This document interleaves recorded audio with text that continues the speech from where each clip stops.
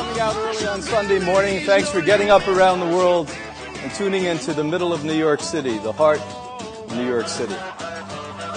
So what we've actually seen occurring over the last 60 years at Hippocrates is an enormous concern that we certainly realized, our founder back in 1950, that we had problems. But little did we know that the problems would get worse and double and triple. So what we now are going to do is explain to you the trends in a way that everyone hopefully can understand these trends. There's an ever-growing increase of physical and emotional disorder. This unhealthy trend will expose and spotlight with many alarming statistics. Now, this trend is worldwide. We pointed out, I believe, last night in our panel that it was back in 1980, 30 years ago, that we in the developed nations, the prosperous nations, the nations that produced product and purchased product, we were the sick ones. And tucked away in the corners of the earth, the people who didn't have and weren't living the Western lifestyle, and we would have considered poor and peasant, were not as sick. But sadly, it's now equal. So we've pervaded the world with our insanity. And that insanity doesn't seem to be stopping in any way at all.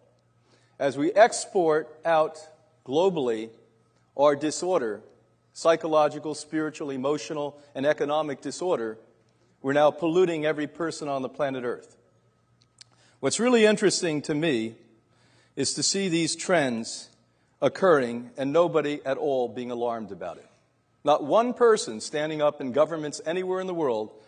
I spend lots of my time outside of the United States, around the world, have addressed this issue. And what we do is we take surplus milk and surplus dairy when people are starving and they're hungry, and we ship it off to those countries, making the situation worse. I'll never forget, many years ago, it was interesting, I had the great privilege to work with a colleague and now a very close friend of mine, Dr. Schaller, in Switzerland, where I helped him develop in 1970s an institute called Foundation Soleil, Foundation of the Sun. And Dr. Schaller was a renowned doctor at one point and got up one morning and literally sobbed and cried and realized that the surgeries he had conducted and the practice of medicine he was conducting was illegitimate.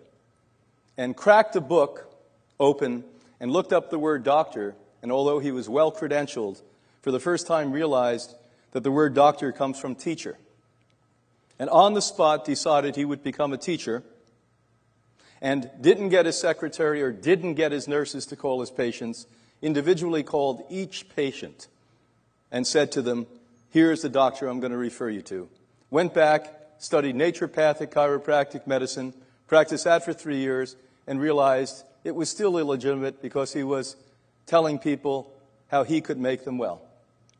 And when I had the privilege to meet him, he brought me in because I was an expert in raw and living food, and I worked to develop that foundation for a 1-year period. When he wanted to know about birthing, he brought Le Boyer in. And so we were very fortunate. I didn't realize at that youthful time in my life that I was with some of the great founders of the movement of legitimate health care. And we saw what legitimate health care could do there, and we've seen for 60 years what it can do at Hippocrates Health Institute. As Stephen pointed out, this is not speculation for us. This is reality. And how do we get, my challenge is, how do we get the masses, and certainly the medical community, to move from where we're the oddity, we're the enigma, we're the quacks, as they like to call us, to we're the legitimate, and maybe what they're doing needs to be changed. We do not have to attack anyone. We don't have to make fun of anyone or say that they're wrong. I've been wrong many times in my life, and when I learn a little bit more, I become right. But you don't ever be happy and sit on your laurels and being right. You keep learning, and you keep growing, and you keep developing. And the real art of science, and it really is an art, is to never be completely comfortable with the fact that you think you found the fact. The only fact is change. And change is perpetual. It happens from the time you are conceived until the time you leave, and well beyond, I'm sure. And so when we recognize that we are establishing foundational medicine and science on something that is static and something that is stagnant, no wonder we fail. No wonder we say the same old thing is not producing differences. Because the evolution of the human consciousness and the evolution of human health has got to go along with everything else on this planet and beyond this planet, perpetual change. And as we go and become comfortable with movement forward and progression, we will then meet the challenges to become normal again as a human race.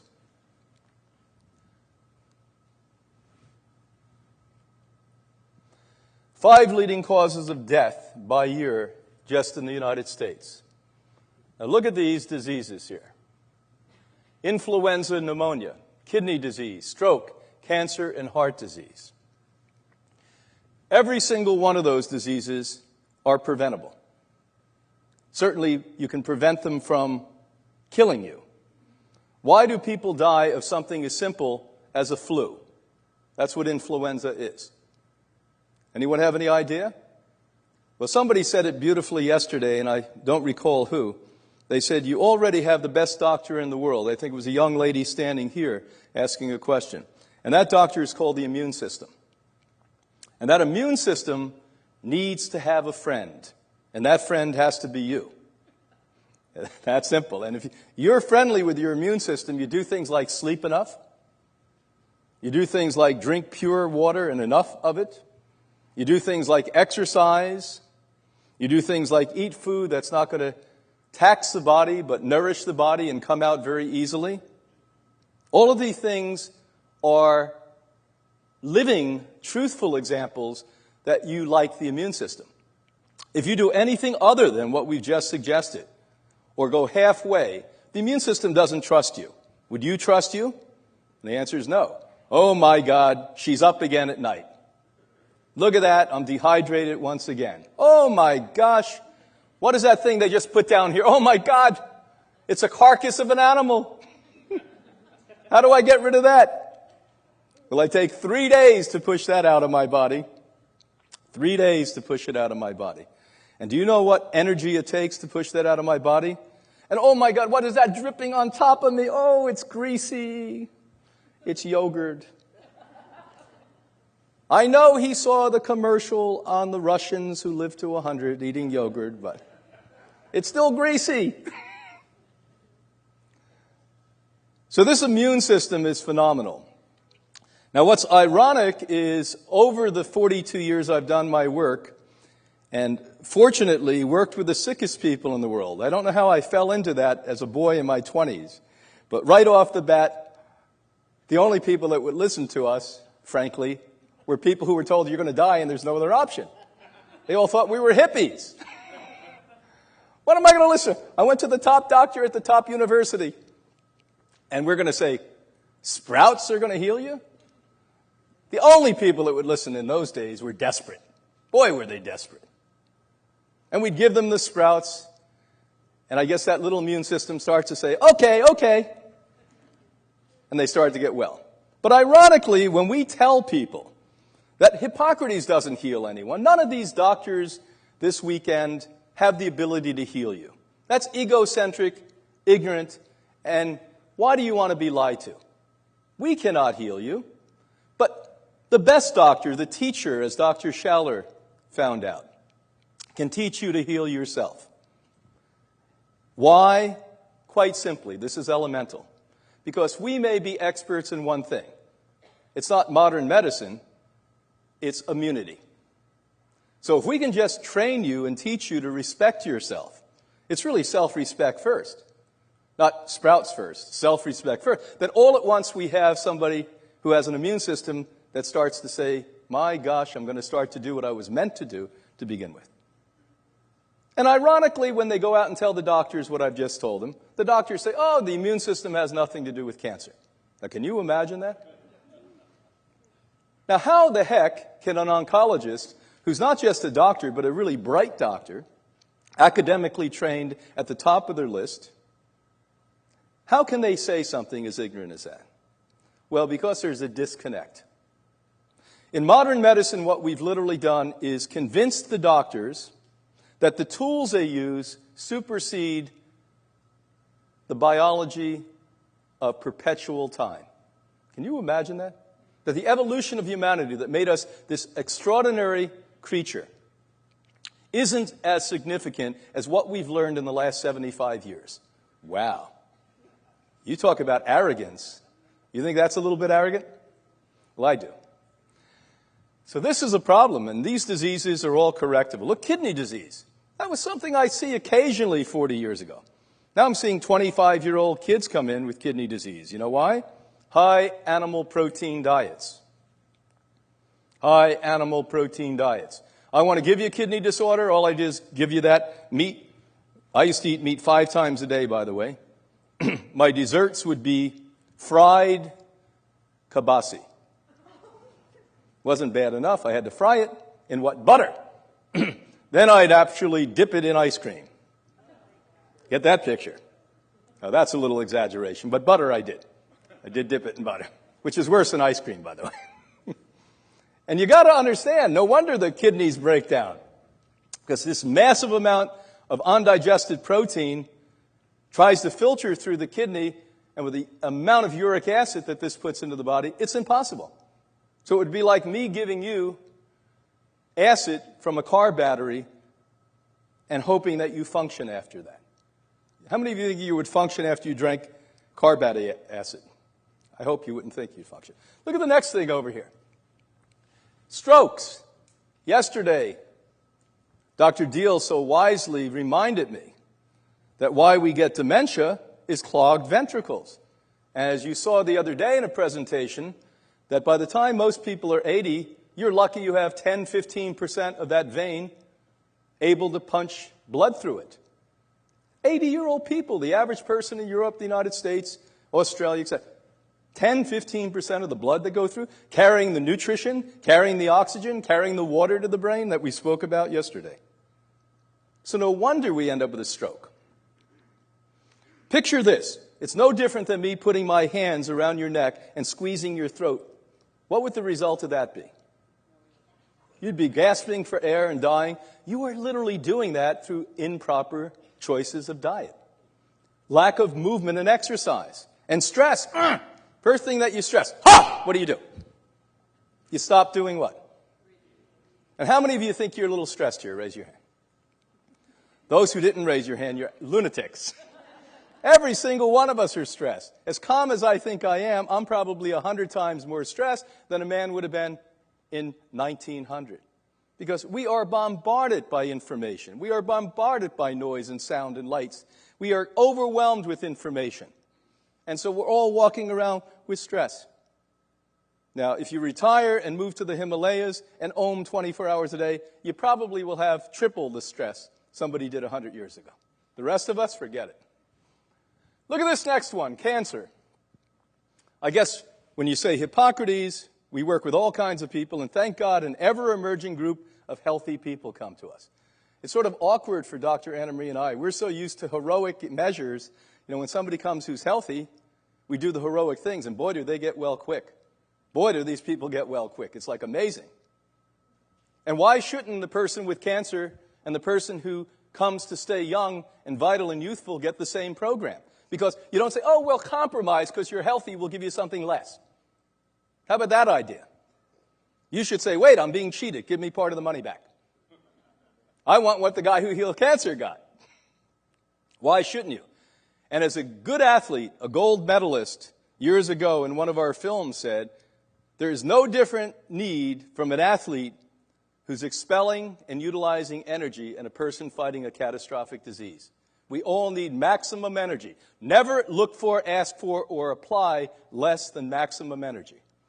And what we've been talking about and are going to continue to talk about for a solid 3 days, from 9 o'clock in the morning till after 10 o'clock at night, we are giving you the remedy. This is not just about wake up, Genetic modification is killing you. Cell phones are killing you. Chemicals are killing you. We are giving you the remedy. And most of what I hear my colleagues talk about and I will talk about is the remedy. And the remedy is you. The remedy is not a pill.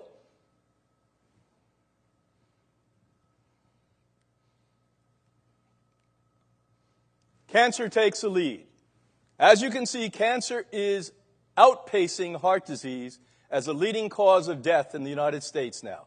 So let's congratulate ourselves. This year, 2014, we've come up to par. We've reached Canada's illustrious position as the first country in the world that cancer disease was the #1 killer, superseding heart disease. So give ourselves a hand here, all the Americans.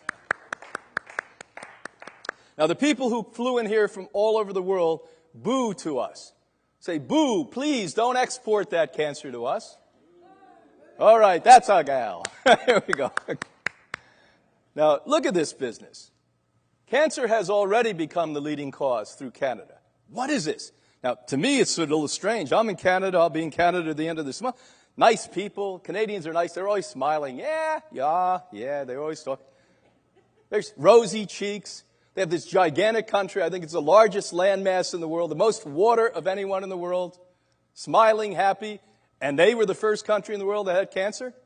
And I was talking to a very smart doctor in Vancouver when I was perplexed about this back in 2008 when they reached that position. And I said, how is it that in this pristine, wonderful, happy country, cancer? He said, mining. Mining. You know what mining is? That's where they go to Mother Earth and they actually dig holes into her skin and they mine out heavy metals and chemicals, and they do this other thing that starts with an F. I don't mean that. They do that in Canada too, because I see they keep producing Canadians. And Americans don't get up there and try to do it, because they won't do it. They only want to do it with Canadians. But this one's called fracking. You talk about insanity. They put radioactivity, this is a fact, into the ground. Radioactivity into the ground to mine oil so you can drive around in your Hummer. Unbelievable. And nobody ever questions this. Matter of fact, the guy who was the very first head of the Patriot Act here in the United States, an illustrious, smiling, chubby congressman at one point, now works for the fracking industry, and he made sure that the same exact laws that are applied in the Patriot Act are applied to the fracking industry. So you can't sue them, and once they do their damage, you can't get back at them. Let's give America a hand. Come on, let's give it a hand. We are free! But we didn't even do most of it in our own country. We went to Canada. They're smiling. Oh, come on in. Come on in. You can radioactivate our soil. But it doesn't stay in Canada. There's something that happens that's real ominous. Underneath the earth, there's moving rivers. And those rivers go south. Uh-oh. Let's look. That's Canada up that way. We're south of Canada. We've got to wake up, people. So cancer's not going to stop. And as several of us pointed out, Dr. Davis the other night, who's a cancer expert, we both told you that the #1 killer of babies below 5 now is cancer, and it's brain cancer. Maybe it has a little bit to do with what I'm saying, but again, that's quackery. That's quackery, isn't it? Well, I'm glad I'm a duck. Heart disease. Now, this is so easy to reverse. It's not a disease. I would probably give 3% at the top. 3% of heart disease, the privilege to be called a disease. The rest of it is a lifestyle choice. You want to have a heart attack? I'll tell you how to do it. Now, get your pens and papers out. If there's somebody you don't like, you've got to convince them to do this.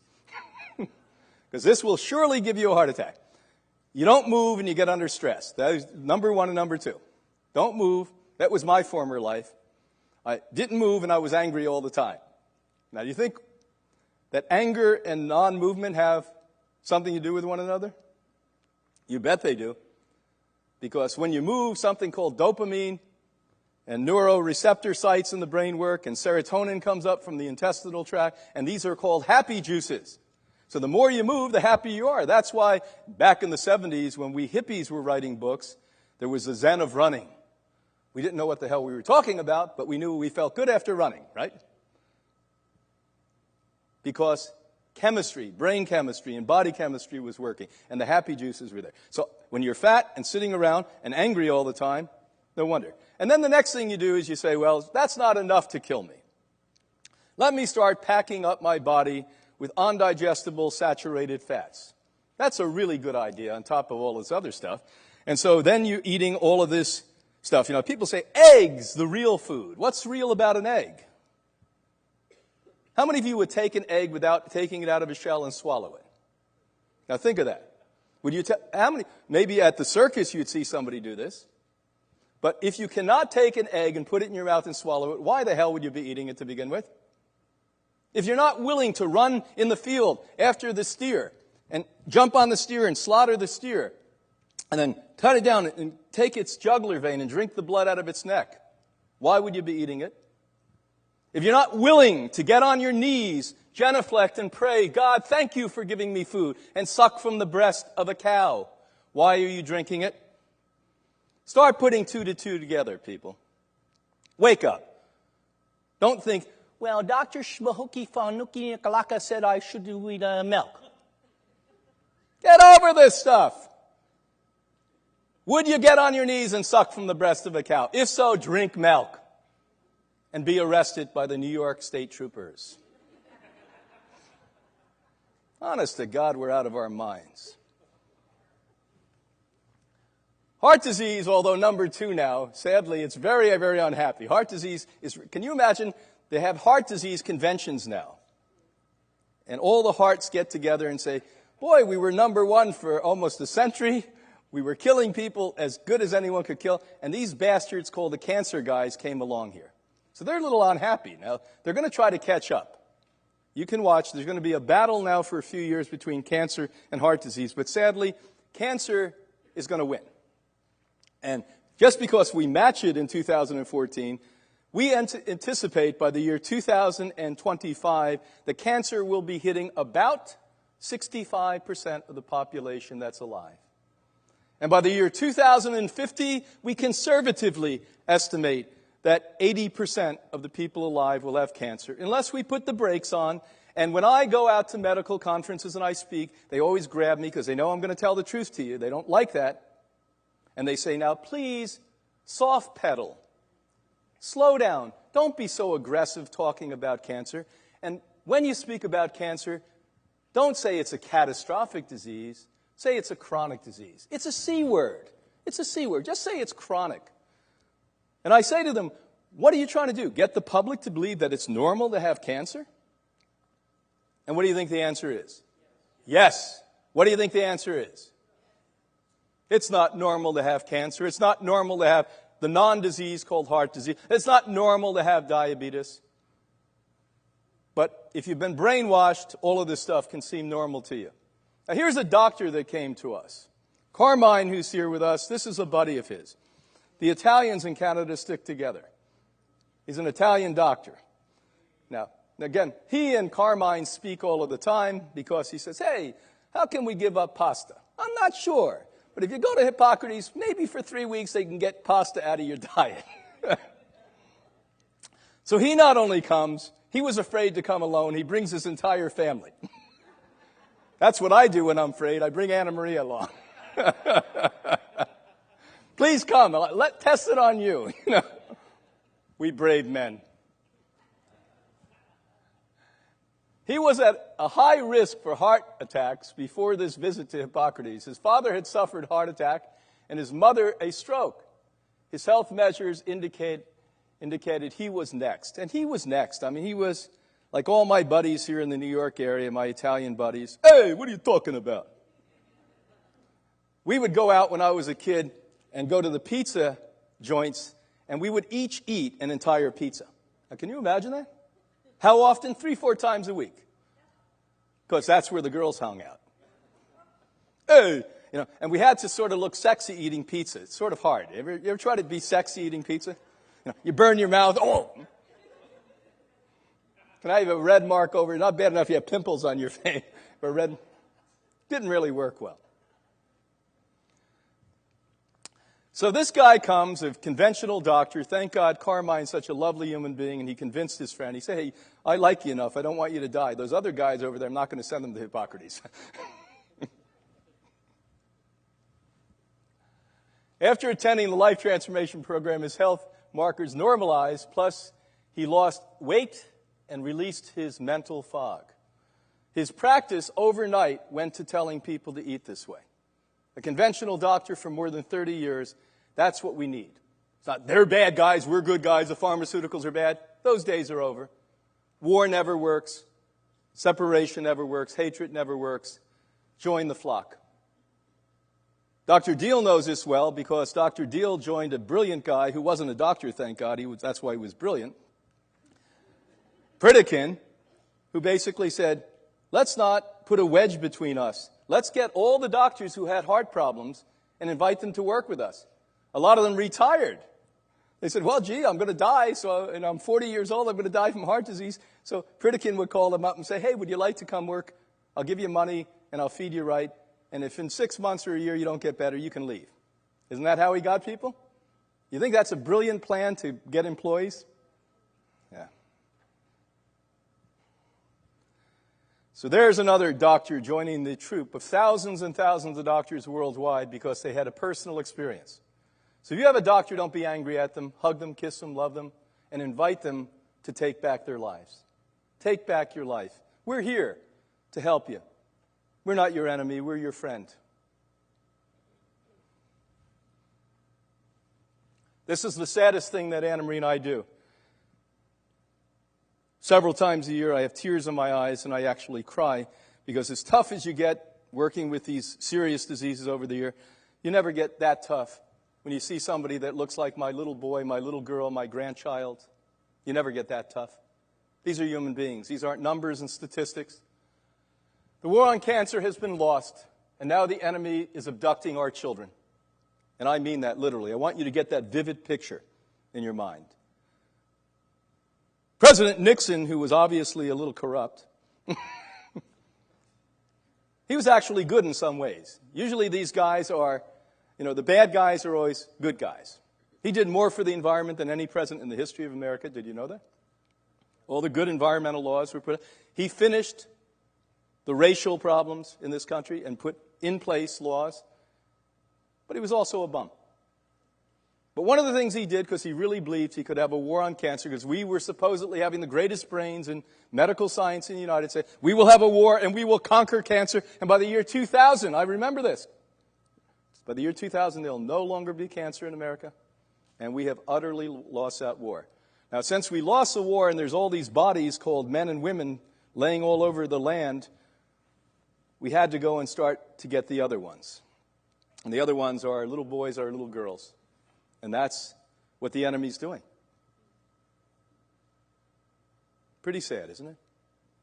But the most savage of all warriors are ones that will take the innocent. Brain cancer is the number one killer for our babies below 5. The number 2 killer of our children under age 16. In all the developed world is a plethora of numerous cancers. Accidents are the only killer superseding this plague with our kids. How many of you saw the statistic recently? That's why I think the laws in the world should be changed, that a child should not be given the right to drive a car until they're 18. Because the latest statistics show that 25% of who die are 16 and 17 in cars. As we talked the other day, I think it was Dr. Davis pointed out that the brain doesn't really develop until we're well into the middle of our 20s. We used to think it was 21, and I kept waiting. My child's 21. How come they're not normal? 22. When they reach about 30, maybe. Now I'm starting having intelligent conversations with my oldest children at this point. Here's another guy. This is an interesting story. I mentioned it the other day, and very rapidly. His wife came to us 25 years ago, was laying in bed with, nobody knew what they were in those days. As a matter of fact, a guy up in Yale was giving Prozac out when you had chronic fatigue syndrome.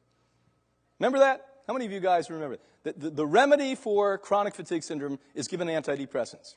Now that's a remedy for everything, by the way. Oh, you have a sore throat? Oh, you're depressed? Okay, we'll give you an antidepressant. That's why antidepressants are the number one most sold drug on the planet Earth now. How do you like that one? They think you're all dummies, and they think you're all nuts. Are you? And I'm not going to make you raise your hand if you're on an antidepressant. Get the hell off your ass, eat right, dance, sing, have fun. That's what you need to do. Not take a pill that takes your brain and puts perforations in it. So when chronic fatigue came, they said, oh, this is a mental illness. This has nothing to do with a physical illness. And thank God NYU stopped that nonsense. Because this guy had every doctor in the world convinced, give Prozac prescription, and the person would feel semi-good. You know, they'd be like this, and then they go like this. And then NYU said, hey, this is a physical disease. And they took MRIs. I love MRIs. They give you cancer, but anyway, they do good diagnostic work. And they showed the brain. And I remember seeing it. In a medical report, they said, here is the virus in the brain with the most severe cases where people are laying in bed drooling, looking like they're mentally ill. They're not mentally ill. It's a virus. It's a retrovirus. And among the retroviruses are something called AIDS, chronic fatigue syndrome, and back in my day, the kissing disease, which I certainly had, called mononucleosis. Remember that one? My mother said, you must have been kissing. Not me. I would never kiss a girl. Then she found out I liked girls. What a shame. So anyway, about 3-4 years ago, I get a call from this woman who was laying in bed, came to us in reverse chronic fatigue syndrome, without Prozac, by the way. And she said, my husband, who you met years ago, has CLL. Now, when you are told by a doctor, an oncologist, you have CLL, and you go along with the program, you should start making plans, seeing if you have adequate insurance for your family, see if your bills are paid. You should be doing that. Now, when I first met this young man, she brought him in. He's 15 years younger than her. And I'm going to give some advice to women now. Marry younger men. In our book, Dr. Anna Marie's in my book, The 7 Ways to Lifelong Sexual Vitality, most popular book I ever read. Who cares if people get well of disease? Sex, we like. 7 ways to lifelong sexual vitality. We point out that men sexually peak at 19, 30, your ass. 19 or 20. When do women sexually peak? 35 or 40. Why the hell are you with old men who need Viagra that doesn't work? Get those sexy guys in Speedos. And she did. Yes. She was vital. She drags him into our office years ago and says, I just got married. I'm in love. You can see they're in love just like I am with Anna. You know, googly eyes at one another. And she said, we want to have a baby. Now, I knew her tubes were tied. I knew her 30-year-old children, both. I'm thinking, I can't say this in front of the new young husband, but when he left, I said, what the hell are you talking about? Tubes are tied. You're 50 years old. Bingo. Late 50s, she has a child. Big, beautiful man. Remember the other night I talked about he built his own plane. I couldn't build a plane. I don't even know how to buy the kit. He built the plane, got in the plane, and flew at 16 years old across the United States. Maron. 3 years ago, my husband's going to die. Comes to Hippocrates, completely eradicates CLL. Oh, it's magic, it's mysticism, it's weird, it's quackery. It's biology.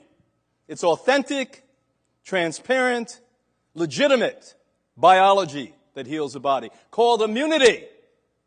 Nobody heals us. Our immune system heals us. How you get sick is you destroy the immune system. How you get well is you improve and strengthen the immune system. End of story. Matter of fact, medical school could end in 5 minutes.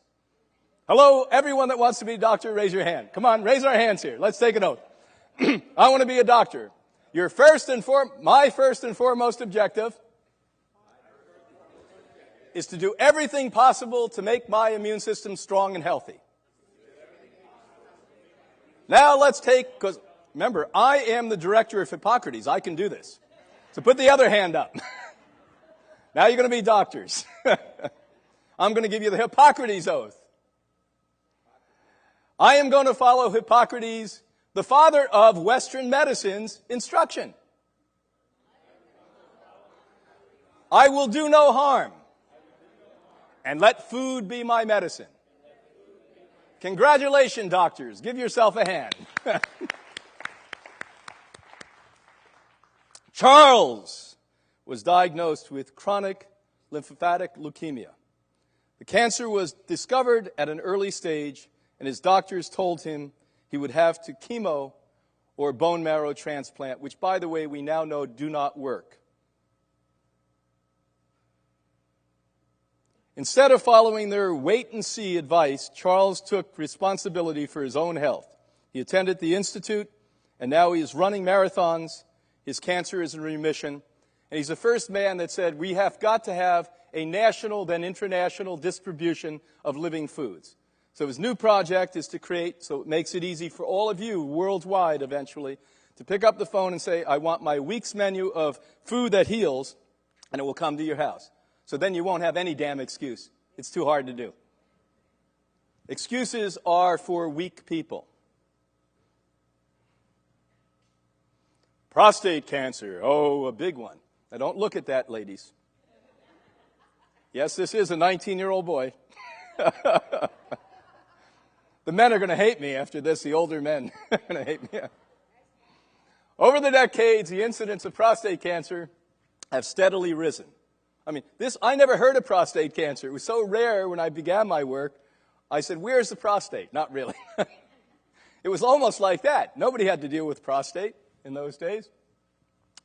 Recent European and North American studies have revealed that the current allopathic treatment do not reduce the mortality rate. Now, Harvard University, one of the top purveyors on the planet Earth for prostate cancer, said, and they were hedging this, they didn't say what they should have said fully, when men have conventional treatment for prostate cancer, there's no less death rate, mortality rate, than if they do nothing.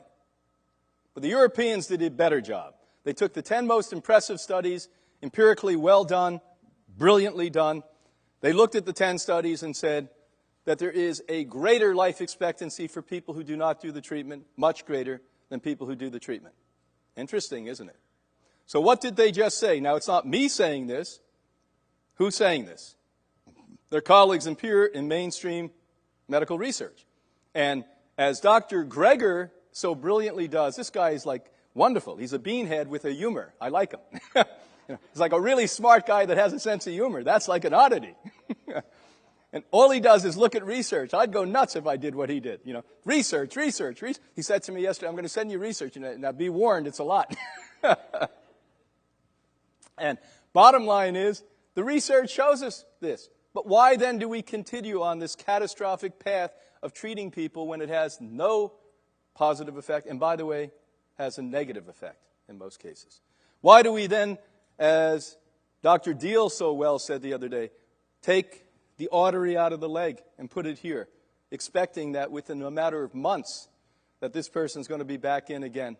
Stents do not work. As he pointed out, what was it, the American Cancer Society? I'm sure all worldwide they know this too.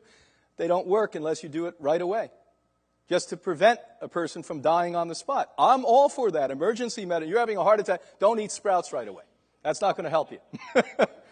You better go to the doctor who knows how to put that stent in or open you up. I send people for things that I'm not really favorable generally for. I send people, I don't like chemo and radiation. But guess what? Some people need it. It's the only thing that can prevent immediate death or imminent death for them. So you send them back. Then you say, okay, now let's do what really matters. We're going to strengthen the doctors. What are we going to strengthen? Ann Wigmore's most popular book was called Be Your Own Doctor. Oh, my God. As Harvard exposed decades ago, high fats in the diet combined with unhealthy lifestyles dynamically and significantly increase the potential to contract this skyrocketing disease. Now, do you think laptop computers may contribute to prostate cancer? How about putting radiation next to the genitalia, the vagina? Do you think ovarian cancer, Megan? I don't think. Remember, every day I work with this. I never saw young ladies with ovarian cancer, and I never saw 3 times more testicle cancer now than I did a few years ago. And why is this happening? I just told you why. I don't suggest this is what I think. I'm telling you this is definitively what I think. I don't hedge on this. This is definitely contributing to it. How about all the chemicals? Go back to what I said about 23 minutes ago. that the developing countries are as sick as we are because now all those chemicals are everywhere. We mentioned in the first panel last night that everywhere they tested on the planet Earth, there is pharmaceutical drugs in the water. And not one, but combinations of drugs that make new chemistries. Diabetes. Look at this. It's almost as if I made that up. Look at the dates we're talking about here. 1980. 1980 to a guy my age seems like yesterday. I don't know what's happened since 1968. 1980? I remember the millennium. Remember what a con job they did on you? Because you're all consumers. You know how many billions of dollars they made on new computers? The end of the world's going to come. Your computer's going to break. I didn't know what the hell a computer was a few years before that. Now this thing I didn't know what it was going to bring humanity to its knees. Consumers. They got you to consume. And they do it. It's called guerrilla marketing. And when you're unhappy and sick and on antidepressants, you're at home and they have now commercials on TV and they say, is your leg restless? What the hell is that? You haven't walked for the last 30 years. That's why you have a restless leg. Are you regurgitating? Look at the shit you're eating. Auto reflux disease. Diabetes. Type 2 diabetes is not a disease. I don't even give that 3%. There is no such disease as type 2 diabetes. It is a lifestyle choice. If you choose to have diabetes type 2, I'll tell you how to do it. Once again, get your papers and pens out. Eat lots of fat. The number one cause of diabetes is fat, not sugar. And how it works, quite simply, is the cell's fuel, one of the fuels, not the only one, is sugar. And if it uses it as fuel and burns it up, it doesn't stay in the bloodstream and is noted as blood sugar. Fat surrounds the cell. The sugar cannot get in and be burned up. It remains in the bloodstream. That's called blood sugar. Simple. How many do not understand how type 2 diabetes has after what I've just said? Now after you've made weak cells and a weakened pancreas and the insulin's going completely bananas and it's shooting sugar out, not shooting sugar out and putting too much and putting too little, it's like most people. Here and there, comme ci, comme ça, amends, back and forth. They go to the doctor and the doctor says, oh my God, you have a 200 in glucose level. Our remedy is let's put chemicals into your body. And you say, great, it's a wonderful thing. And when you go out to eat pasta or bread or you go out to eat lots of animal fat, just take a little more insulin. And they actually teach you to give yourself further disease with drugs, and so you can eat the things that cause the disease. Do you think that makes any sense? How many of you think that makes sense? Raise your hand here. Now you have to become a chemist. My poor mother, who couldn't stop eating bad food, God bless her soul. She could have come and lived with me and eaten this way. She's dead because she wouldn't do it. She was an addict like you're an addict. I'm an addict. I'm a recovering addict. Let's hope you're all recovering addicts. She's dead because she couldn't do it. When we went out with her, honest to God, I had to bring math tables with me. I had to bring calculus with me. Now, are you going to eat the cake or aren't you? Are you going to eat soda or you're not going to eat soda, you know? And so you had to figure this all out mathematically. Thank God Anna was with us. She could do it. Diabetes. It is not uncommon for diabetes, especially those suffering from type 2 diabetes, to relieve symptoms and insulin dependence very quickly when a healthy diet and lifestyle is adopted. How quickly? So quickly, it shocks. Weeks. We've seen people, this is not a joke. Years ago, we have this hotshot diabetic expert in West Palm that people fly in on their Learjets from all over the world to see him.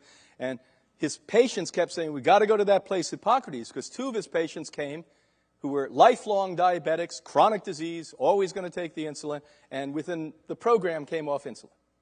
So they demanded he come. So he says, okay, I'll bring all my patients, because he looked like a schmo if he didn't do that. Packs them all into Hippocrates. I get up to lecture, and thank the Lord, one of these interventions happened. Hallelujah. A guest who had been with us about 6 months earlier said, I heard about this, I want to come and I want to talk. Now, I like to talk, but I was happy she talked that day, because I was never a diabetic. Thank God at 20 I changed, or I would have been a diabetic by 25. No question, my brother's a diabetic. My mother was a diabetic. Everyone's a diabetic because they were out of control with their lifestyle. So she gets up and talks for 30 minutes. If I had scripted it, I wouldn't have been bright enough to script what she said. She had everyone crying. She said, do you realize I was a diabetic for over 30 years? Within 4 days, I was off insulin, and I haven't gotten on insulin for 12 months. So I leave, she leaves. The doctor gets up after that and says, now remember, what you heard was anecdotal. That this is not scientifically proven at all. Now, I wasn't in the room, but 2 or 3 other people said, by the way, the 2 women that had come here and come off insulin said, doctor, shame on you. We brought people here to help them. Don't take away their hope. Don't take away people's hope. Let people be responsible, and let's try this. We're not saying replace something. Try what possibly will work. And what doctor in the world, I challenge every doctor in the world, would not want a patient to get well? And if for some reason your doctor doesn't encourage you to do simple, common sense things to get well, find a new doctor. You got to be kidding.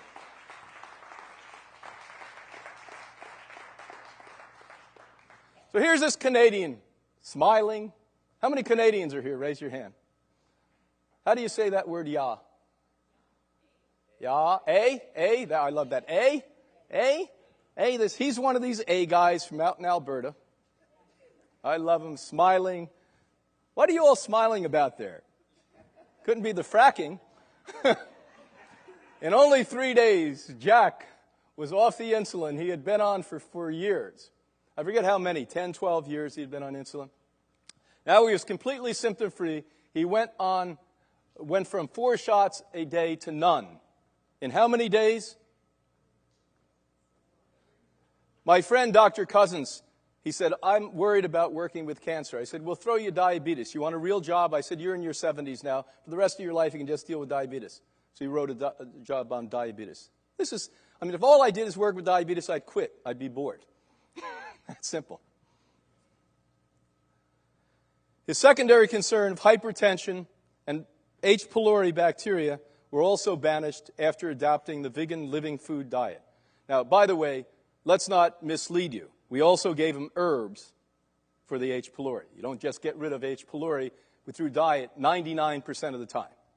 You've got to take some herbs. Or, by the way, antibiotics do kill H. pylori, but you don't want to run around with H. pylori because not only does it cause ulcers, but it is directly linked, as we learned in Italy, to fibrillation of the heart. Directly. I didn't believe, that's a funny story. I'm at a conference, there's Italian doctors next to me. He says, hey, in my practice, I figured out that H. pylori has something to do with fibrillation. So I had to ask him about 3 times. What do you say, fibrillation? You're crazy, it's for ulcers. He said, you think you know what you're talking about? He said, but I know what I'm talking about. And he was impressive.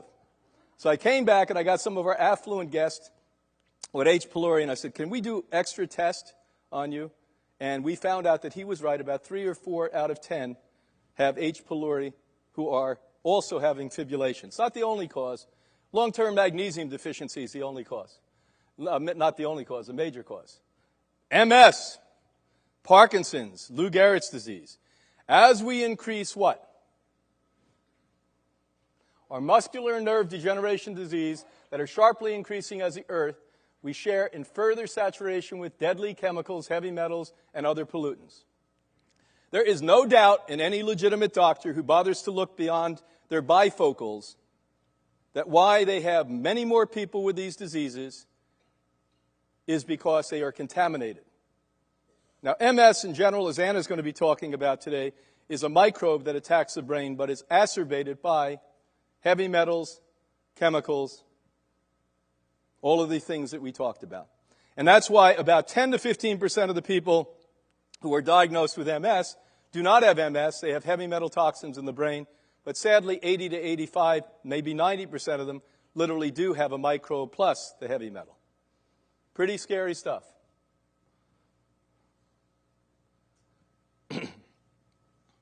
Look at autism. Again, does it look like an artist drew that?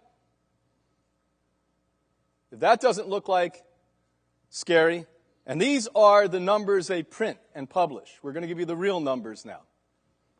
This says 75, 1 out of 5,000. 1980, it was 1 out of 10,000. CDC reported that. They're now saying in this chart, 1 out of 110. The latest numbers are 1 out of 50. Many other scientists believe that this discovery affects 1 out of 50. There are multiple causes that are all related to toxins provided to be the central instigator of these diseases. Autism affects how the structural brain and its related neuron cells function. Now, how many of you know people with autism? Look at this room. If I'd asked that question 40 years ago, nobody in this room would have raised your hand. Can you imagine this? And how many of you have been around these children with autism? It is frightening. It is sad. God bless the parents who have autistic children that love them and support them. God bless them. So we have to do something. This is catastrophic. It's one of the new catastrophic diseases. That's why we, on July 6th, will have the first legitimate, authentic program with a colleague, a doctor who's an expert in this, her whole practice is this, ever on the planet Earth for autistic children and their parents. Because the parents need healing, not just the children. And we've worked with autistic children, and now it's becoming so important for us to do even better and more with autistic children.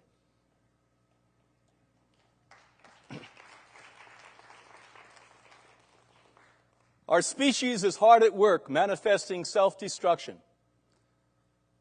This is being accomplished through the seeming universal pessimism, poor diet, inactivity, and inability or inhabitable environments. Now think about this.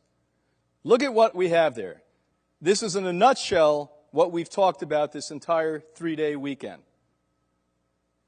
Hour after hour, every one of us, experts in our field.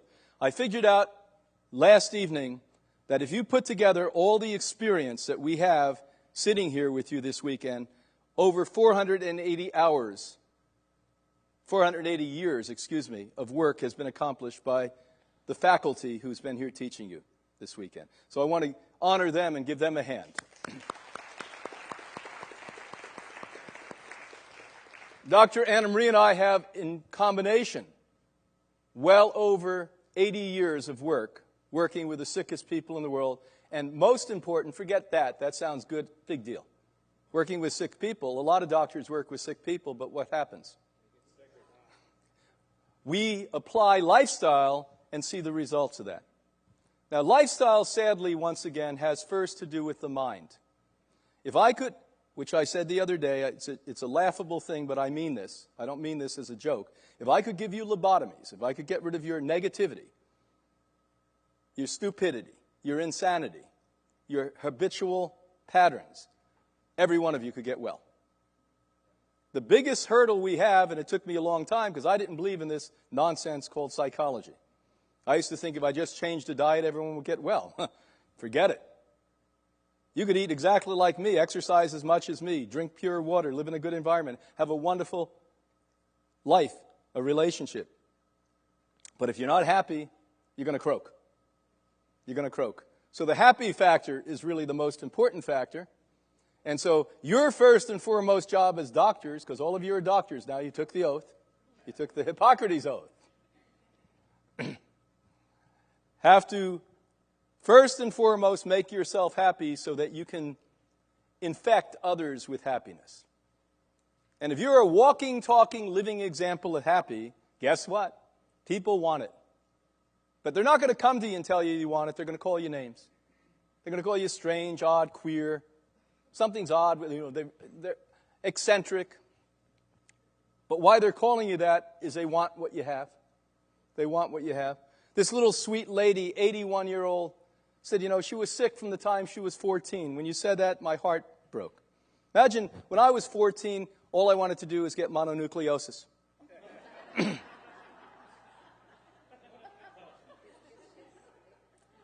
When I discovered kissing, I never stopped. She's sick. And well up into her years, in her, quote, mature years, she woke up and she completely adopted this kind of lifestyle and healed herself. God bless you. God bless you. When I grow up, I want to be like you. I asked my friend who's 106, why are you alive? He said, every day I get up and try to do something I've never done before. I said, are you running out of things? He said, I've just started. That's not a joke. Great story. When I first moved the Institute from Boston, almost 30 years ago now, down to West Palm Beach, it was a struggle. Little did I know that people are really in patterns. We had actually people sign up for Hippocrates, and they would fly into Boston. And we'd say, we're here at the airport to pick you up. And they'd say, where are you? And they'd say, it's snowing. We said, oh, no, you're supposed to be in West Palm Beach. So it really took us a long time to get started up again, even though we had a 31-year history before that. And I was a little discouraged because I thought, gee, we have this illustrious history and everyone's just going to follow us like the flock down here. And we struggled for 3 years. And I had really close friends in Geneva, Switzerland. And one of my favorite people, her nickname was Happy. Well, she was probably the most balanced, kind, compassionate, loving human that I've ever seen in my life, I've ever gotten to know, I've ever had the honor and privilege to get to know. And when I was in one of my lulls there thinking, how are we going to pay the bills at Hippocrates, they sent me the front page of the Geneva Gazette. And they never have color on the front page. They had a color of Happy on her 100th birthday. 100th birthday, jumping off the Alps, hang gliding. It's not a joke. So about 2 months later, they all knew I was struggling, so all my European friends got on a plane, came over and said, we're going to go and dance every day. We're going to put music in here. We're going to get the thing going. And I said, great. And I sat with Happy quietly in the room. We call it the Hacienda now. And I said, Happy, why do you jump off the Alps at 100 years old? She said, I had never done it before. I thought it would be fun. That's what you have to think. Just because you've never done this before, that's why you want to do it. That's why you should do it. And let me promise you, you're going to fly when you do the right thing. Because I do believe that there's a universal wisdom of God, a connectivity between every human and every human, this planet, and the endlessness of the universes, multiple universes that exist worldwide. And this isn't spiritual New Age crap I'm talking about, it's science. And I believe that you have the power of God within you. There's nothing you are incapable of here in this room or anywhere on the planet Earth. Once you're willing to take your life back, once you're willing to realize you deserve to be happy, and you deserve even further to be an example of happiness. Joy. But happiness is not an idea, a philosophy, or a theology. It is an action. It's contagious.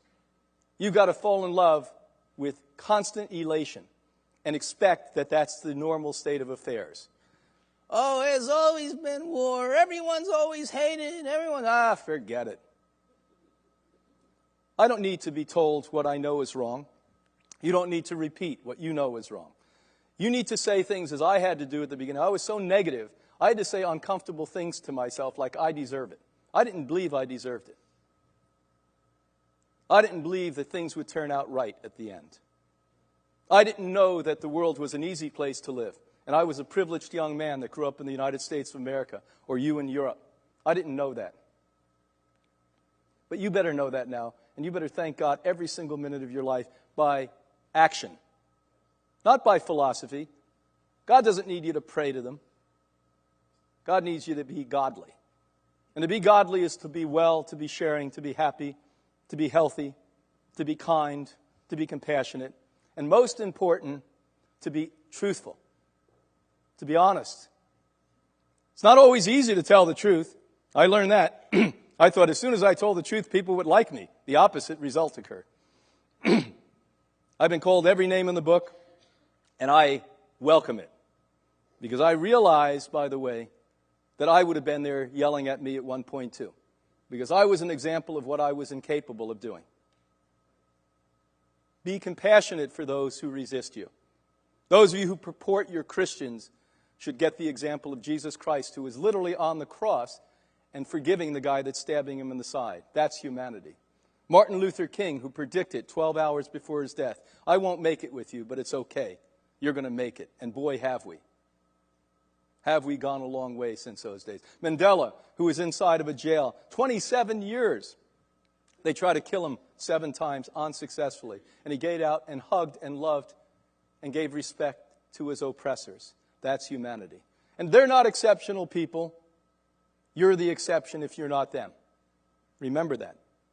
Healing has more to do with your idea about who you are than any other single factor.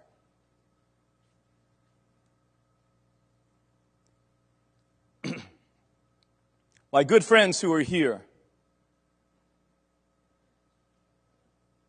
Petrus and Loretta, came to me years ago. They're Lithuanian Americans, good Americans. The most devout Americans I know are immigrants, like my wife, who, by the way, years ago said, those poor people who were the first attendees at 9/11, let's give them scholarships. So we started. Those poor boys and girls that they drag to Afghanistan and Iraq, let's give them scholarships. And this year, we're giving scholarships to those victims of the Boston bombings. Because we've got to share. It's no longer time we talk about our ideals. We've got to place our ideals into action. There's not a man, woman, or child who cannot come to Hippocrates. We have billionaires that come and people who are impoverished. We have scholarship programs for the indigents and payment programs for you and I who spend too much bringing our children up and paying our bills. But you can come. There's not a man, woman, and child we don't accept at Hippocrates. So years ago they said, you know, you wouldn't be here. This movement wouldn't be what it is. Before there was an alternative field, before there was a holistic field, there was Ann Wigmore, who basically said, no, I'm not going to die because the greatest doctors at Harvard told me I'm going to die. No, I'm not going to do it. And so 3 years ago, we went to Lithuania. We had the top artist in Lithuania, who in the year 2010 won the International European Award for Artists, build this monument for her. And we went to the village where she was born 100 and some years before. And in the church she was christened, we had a wonderful mass to honor her. And that monument will be there long after all of us are gone. And then I went to a medical school, and my big Irish mouth said to the doctor who was in the room with the dean, why don't we take this medical school and convert it into a legitimate medical school and teach plant-based nutrition? And was I stunned when they said yes?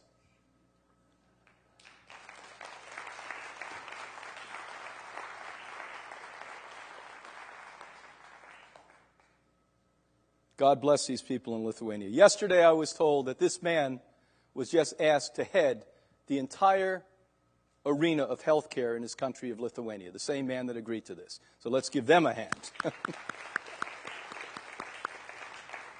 So once I got us into the hot water, I said, gee, I'm not an academic. Let's see who are the most academic people I know who can help us put together this program.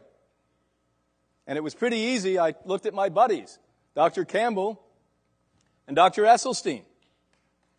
Give them a hand. But guess what? Yesterday I shook the hand of a man sitting in this room, and he's going to come on board, called Dr. Deal, who's also an academic. I whispered in his ear last night. I said, you're going to have to take a sabbatical once we get this going and come over for a year and help us do this. If I'm an academic, boy, what a nightmare that curriculum would be. I'd be teaching happy. Happy 1, happy 2, happy 3, happy 4, happy 5. You'd go right to graduate happy. That's where you just scream and have fun all of the time. So Dr. Esselstyn and I, October of this year, will be there finalizing this, and hopefully in the next year to 2, it will be launched, but not at one medical school now, at the 2, number 1 and 2 medical school. And you and your people you know who will seriously want to practice legitimate allopathic medicine will be able to go there within the next few years and get a degree in English. So that's congratulations for that.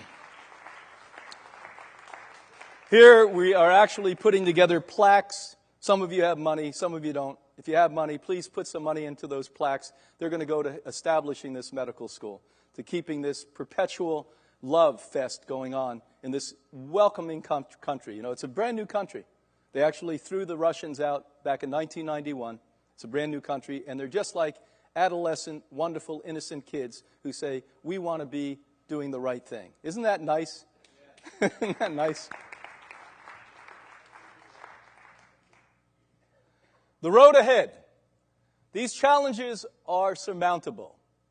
Humans are awakening, and reversal of our current fatal trends can be accomplished.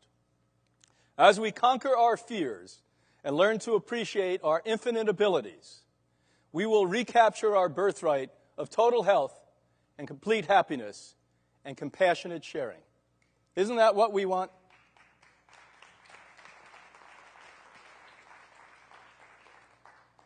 Boy, you're lukewarm on that one. Isn't that what you want?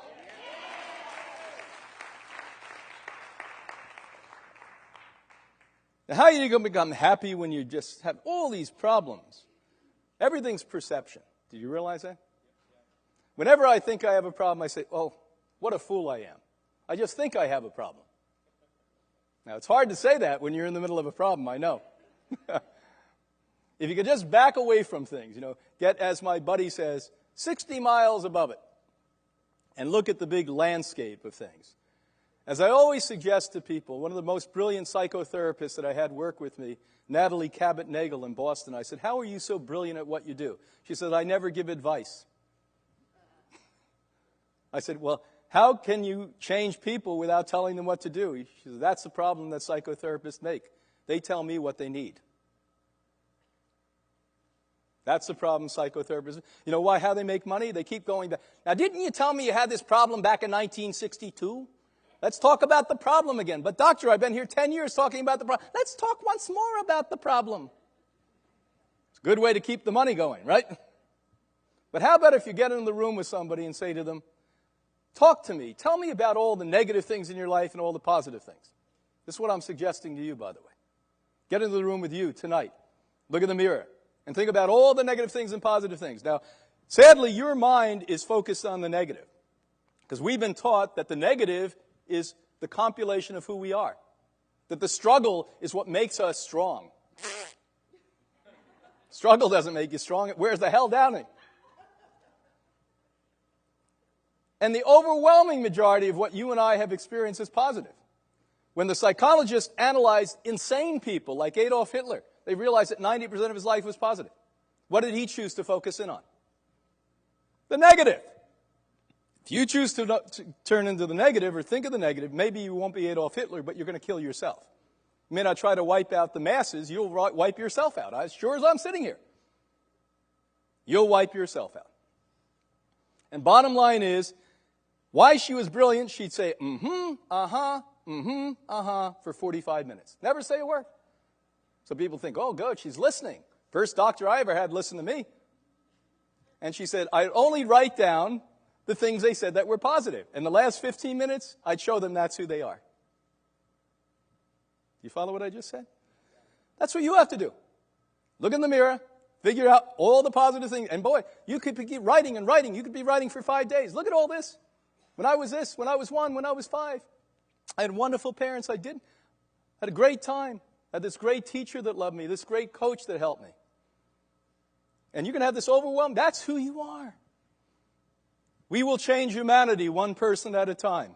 Our magazine, Healing Our World, is out to do that. Reversing catastrophic disease. That's what we have to do, people. We're going to open up for a few questions at this point. But if you know me at all, you have to know we have to dance a little bit. So get up, get that music going up there. Get ready. We're going to apply happy here. Remember, action is what we are.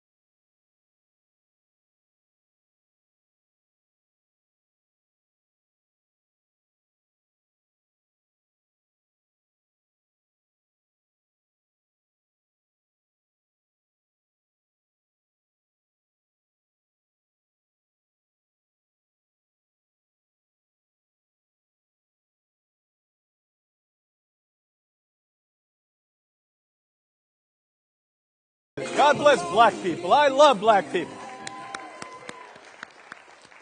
I don't know why we keep pressing those people down. They created American culture. What the hell's wrong with us? Anyone that's happy, we're pissed off at. Change your attitude, people. Okay, so what we'll do is answer questions. We have these microphones set up here. Come on up, be very orderly, stand up straight with your posture. We'll start over here on the right side and go back and forth until they throw us out. Happiness begins working with kids. It's really wonderful. They're happy. They come up and hug you. They appreciate you. We have a program that's supported completely by Hippocrates called Real Kids, Real Food. And real food is defined as what you can pick. None of those other definitions, but what you can actually pick from the trees and what you can pick from the ground. These kids really love growing food. They sprout the sunflower sprouts, the wheatgrass. They're always asking, what are we going to make next? You can go on the website, www.Optimum Health Solution, that's singular, no S, www.Optimum. Optimum Health Solution. Optimum Health Solution. .org. .org. This program we can give you all the lesson plans. You can start it in your own communities. We will help you. I'm glad to give advice to anybody. So please start in your own community. Can you come up here, Betsy, for a minute? Because I want to honor Betsy Bragg.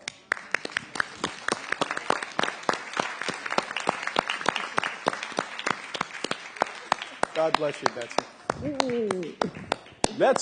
Betsy is a graduate from the Hippocrates Health Educator Program, our missionary program. We have people now in over 30 countries worldwide.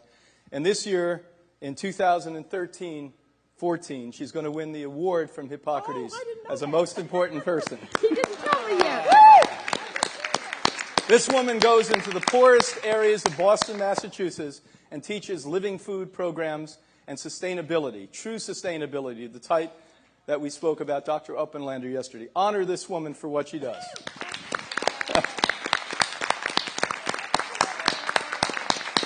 By the way, for 25 years ago, you developed sobriety, but before that, you were a mess? I'm an alcoholic since age 12. And really... Come to the mic. Come to the mic. We can't hear you. Speaking of Mike. Okay, excuse me. I got to hug him. I've been an alcoholic since age 12. I've entered AA in 1980. I came to my son. Sent me to Hippocrates. He'd been there. He said, "You've got to go."